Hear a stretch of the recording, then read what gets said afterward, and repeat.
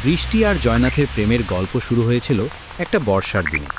ঢাকা শহরের ব্যস্ত রাস্তায় হঠাৎ করে শুরু হওয়া ভারী বৃষ্টিতে সবাই যখন ছুটছে আশ্রয়ের খোঁজে, তখন বৃষ্টি দাঁড়িয়ে আছে একটা বাস স্টপে। তার হাতে কোনো ছাতা নেই, শুধু একটা পাতলা নীল শাড়ি মাথায় দিয়ে বৃষ্টি থেকে বাঁচার চেষ্টা করছে। বাতাসে ভেজা মাটির গন্ধ আর তার চারপাশে মানুষের দৌড়াদৌড়ির শব্দ, কিন্তু বৃষ্টি যেন স্থির, শান্ত। বৃষ্টির ফোঁটার সাথে তাল মিলিয়ে দাঁড়িয়ে আছে। তার চোখে কোনো তাড়াহুড়ো নেই, বরং একটা গভীর ধৈর্য, যেন সে প্রকৃতির এই রূপ উপভোগ করছে। জয়নাথ তখন তার গাড়ি নিয়ে যাচ্ছিল অফিস থেকে বাড়ি। দিনভর কোডিং আর মিটিংয়ের পর ক্লান্ত মন নিয়ে ফিরছিল। সারাদিনের স্ট্রেস আর ডেডলাইনের চাপে মাথা ভারী হয়ে আছে। হঠাৎ চোখে পড়ল এই মেয়েটিকে। কিছু একটা তাকে থামতে বাধ্য করল। হয়তো বৃষ্টির মতো সুন্দর নামটা, নাকি তার চোখে ভেসে থাকা অসহায়তা, অথবা হয়তো সেই মুহূর্তের জাদু যখন প্রকৃতি আর মানুষ একসাথে মিলে যায়। তার মনে হলো এই মেয়েটির মধ্যে এক ধরনের প্রশান্তি আছে যা তার নিজের জীবনে নেই। গাড়ি থামিয়ে জানালা নামিয়ে বলল, আপনি কোথায় যাবেন? আমি ড্রপ দিতে পারি। বৃষ্টি প্রথমে দ্বিধা করল, মনে মনে ভাবল এই শহরে অচেনা মানুষের গাড়িতে ওঠা নিরাপদ কিনা।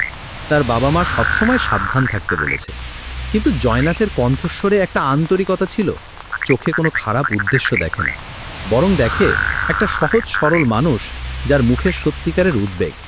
বৃষ্টি আরও জোরে হচ্ছিল, আর সে ভাবল কখনো কখনো বিশ্বাস করাটাও প্রয়োজন। ধন্যবাদ বলে গাড়িতে উঠল। পুরো রাস্তায় তেমন কথা হলো না। জয়নাথ শুধু জিজ্ঞেস করল কোথায় নামবে। বৃষ্টি ঠিকানা বলল। গাড়িতে হালকা গানের আওয়াজ, জানালা দিয়ে দেখা যাচ্ছে বৃষ্টিতে ভেজা শহর। রাস্তার পাশের গাছগুলো ধুয়ে সবুজ হয়ে গেছে, মানুষজন ছাতা মাথায় দিয়ে হেঁটে যাচ্ছে।